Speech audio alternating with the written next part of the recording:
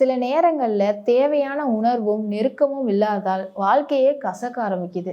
என் கணவர் எப்போதுமே சுறுசுறுப்பா இருப்பாரு. ஆனா கடைசி ஒரு வருஷமாக ரொம்ப மாற ஆரம்பிச்சிட்டாரு. ரொம்ப சோர்வாகவும் கவலையாவுமே இருப்பாரு.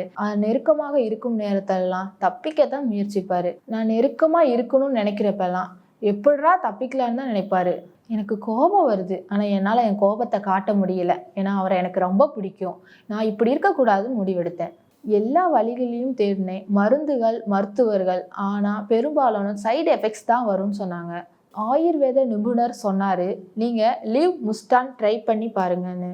இது சாதாரண மருந்து அல்ல, இது பிரீமியம் ப்ராடக்ட் மருந்து. ஏன்னா இதுல இருக்க முலோண்டோ ஒரு ஆப்பிரிக்க மூலிகை.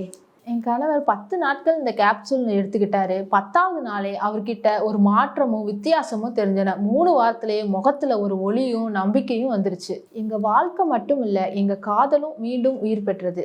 இதுவரைக்கும் எந்த மருந்துகள்லயும் இல்லாத ஒரு சக்தி லிவ் முஸ்டாங்ல இருக்கு. உங்கள் காதல் வாழ்க்கையை மீண்டும் முதலிருந்து ஆரம்பியுங்கள் இந்த லிவ் முஸ்டாங் உதவியுடன். ஆப்பிரிக்க சக்தி, இந்திய அறிவு, உண்மையான நம்பிக்கையின் பரிசு.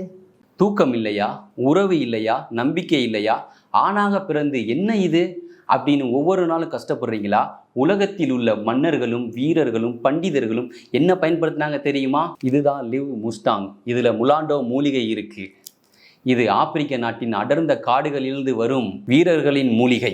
ஆண்மைங்கிறது பொழுதுபோக்கல்ல, அது நம் குணம், நம் அடையாளம்.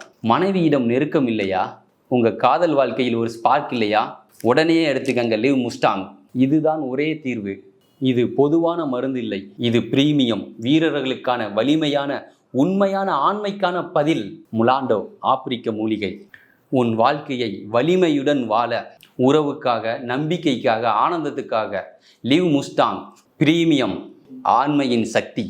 லிவ் முஸ்டாங் ஆப்பிரிக்க நாட்டின் வேரும் இந்திய நாட்டின் அறிவியும்.